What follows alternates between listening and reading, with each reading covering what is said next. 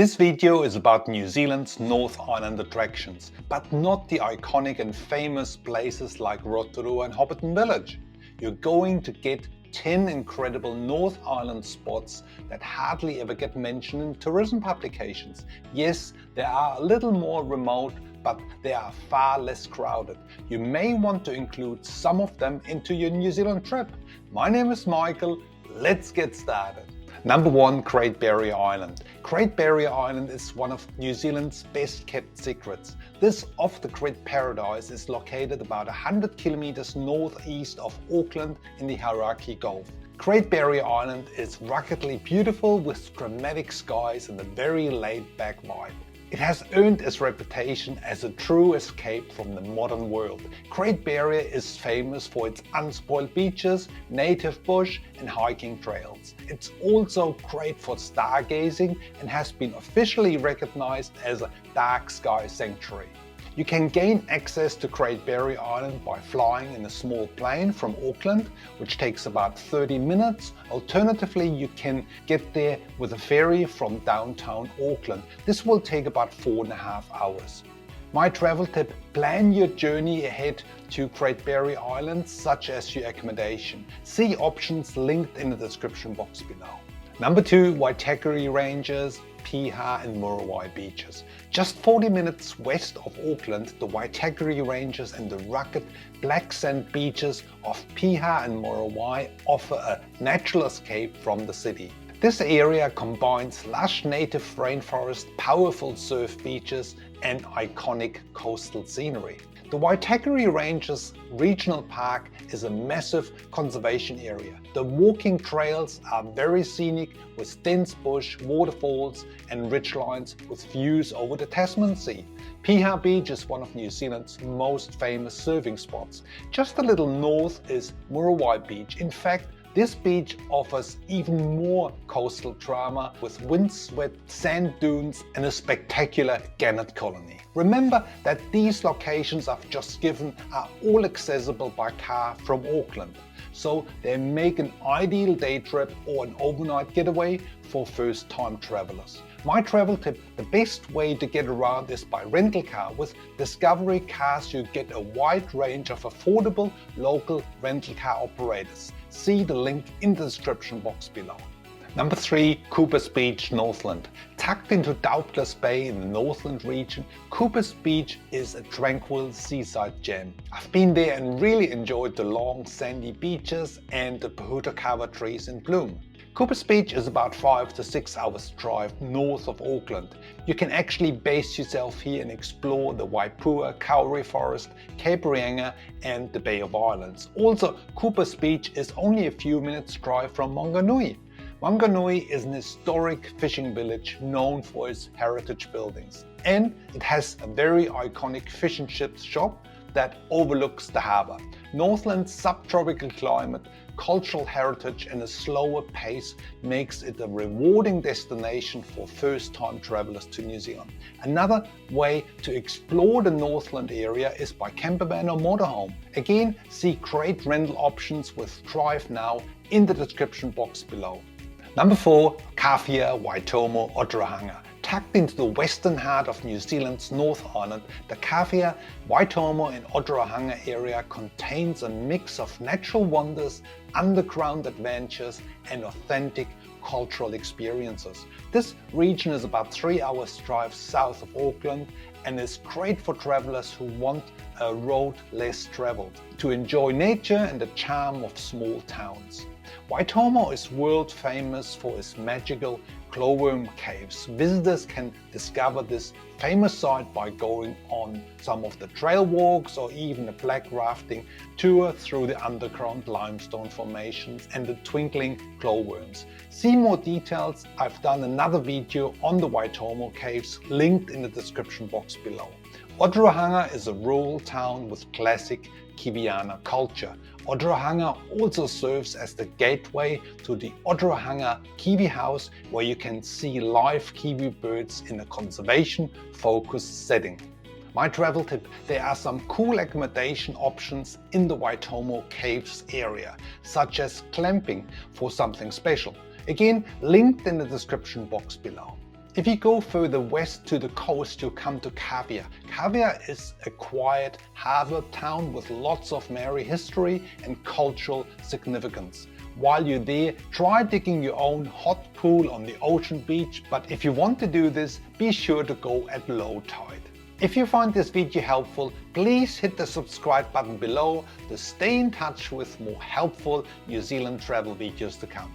Number 5. Kapiti Island and 𝗬𝗏𝗃𝗀𝗃 Museum. The Kapiti coast is just an hour's drive north of Wellington on the lower North Island. Kapiti Island is just 5 kilometers offshore and is one of New Zealand's most important nature reserves. It's a glorious haven for native birds and other endangered species. You can only access Kapiti Island with an approved tour operator. Once you're on the island, you can enjoy a self-guided walk through a regenerated forest. This is a beautiful environment for New Zealand's native birds, including the tui, kaka, kereru. There are also overnight tours available where you might come across the elusive kiwi bird. Accommodation is available on the island. This is the best way to experience the place actually. Now let's go back to the mainland to a nearby Paraparaumu. This is where you find the 𝗬𝗏𝗃𝗀𝗃 Museum. The museum contains one of the Southern Hemisphere's largest and most impressive collections of vintage and classic vehicles. Even if you're not a car enthusiast, you'll love it. Number 6. Martinborough and Wairarapa. Martinborough is nestled in the heart of the Wairarapa area. This is such a charming little wine village and it's only an hour's drive from Wellington. You'll get boutique wineries and a laid-back atmosphere. Martinborough is actually at the center of one of New Zealand's premier Pinot Noir producing regions. You can reach Martinborough by rental car from Wellington via the scenic Rimutaka Hill Road. The town's layout is very compact and perfect for exploring by foot or bicycle, as there are over 20 cellar doors available. Apart from wine tasting, there are many artisan food experiences in Martinborough. For example, you get the local markets, olive oil tasting, or let's not forget the beautiful nearby landscapes such as Cape Palliser. My travel tip: rent a bike or go on a guided wine tour when in the area. You can do those tours also from Wellington. See some links in the description box below. Number 7. New Plymouth Taranaki region. New Plymouth sits on the west coast of the North Island and is about 5 to 6 hours drive from both Auckland and Wellington. I always liked New Plymouth for its coffee scene and the famous cone-shaped mountain, Mount Taranaki. In fact, the whole Taranaki region is known for its striking natural beauty and dramatic art scene. The region's biggest draw card is the dramatic Mount Taranaki, offering superb hiking trails in the Egmont National Park for all fitness level. The area is also great for travelers who love surfing. There are great beach walks like the Black Sand Surf Walk and the much photographed 𝗬𝗏𝗃𝗏𝗃 Bridge. New Plymouth also features top-class attractions like the 𝗥𝗏𝗹𝗆 Art Gallery and a colorful, vibrant street art. There's an award-winning coastal walkway which stretches for 13 kilometers along the waterfront. That's good news for walkers and cyclists. My travel tip: the King and Queen Hotel is my favorite place to stay right in the heart. See the link in the description box below. Number 8. The Southern Tongariro Hiking Circle is a lesser-known hiking experience but incredibly rewarding. It loops through dramatic volcanic landscapes at the southern end of the Tongariro National Park, not to be confused with the often overcrowded Tongariro Crossing. This area allows for a far more personal connection with the landscape. Access to this hiking circle is via the towns of Ohakune National Park or Whakapapa Village. These are all reachable by car from Taupo about 2 hours or from Wellington around about 5 hours. Shuttle services and guided walks are available for various trail sections, making logistics manageable for independent travelers. The Southern Tongariro Hiking Circle is not a single marked trail, but a collection of connected trails including the Round the Mountain track, the Old Coach Road and parts of the Tama Lakes and 𝗏𝗏𝗶𝗀𝗃 tracks. You can choose from multi-day or day hiking options to get those magnificent views of native forests, waterfalls and volcanic features. My travel tip is to check out the 𝗥𝗏𝗶𝗀 Docked Information Center before you head out. Number 9. Cape Kidnappers and the Hawke's Bay region. So let's talk about Cape Kidnappers, which is located on the sunny eastern coast of New Zealand's North Island. Cape Kidnappers and the wider Hawke's Bay region both have stunning coastal landscapes, award-winning wineries and an Art Deco heritage. The Hawke's Bay region is about 5 to 6 hours drive from Wellington or 2 to 3 hours drive from Taupo, and is easily accessible by car or domestic flight into Napier Airport. Cape Kidnappers is home of the world's largest mainland gannet bird colony.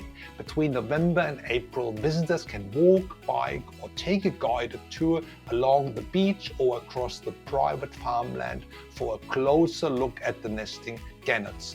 The surrounding Hawke's Bay region is one of New Zealand's premier wine growing area and is internationally famous for its full-bodied reds and elegant Chardonnays. Beyond wine and wildlife, the region offers cycle trails through vineyards and orchards and Napier's beautiful reserved Art Deco architecture. Check out some tours in the description box below.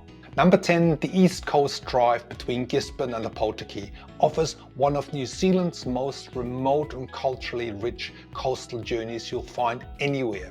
It winds along State Highway 35. What you get is a wide range of scenery, a rich Maori history and a way of life that has not changed over time. This is a true off-the-beaten-path adventure, ideal for travelers who love authenticity. The drive starts in the city of Gisborne.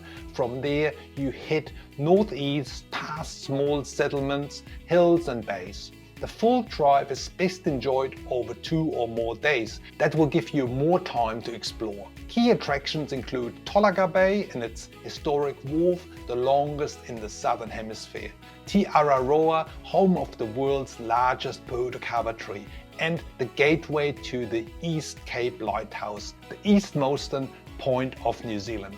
Along the way you can see Maori maraes, meeting houses, churches and carvings, which are part of the region's steep cultural roots. So there you have it. As you can see, the North Island is full of secrets and hidden gems that are just waiting to be discovered. So check out my sample itineraries, especially the 10-day North Island route, linked up here and in the description box below. Thanks very much for watching, folks. See you in the next video.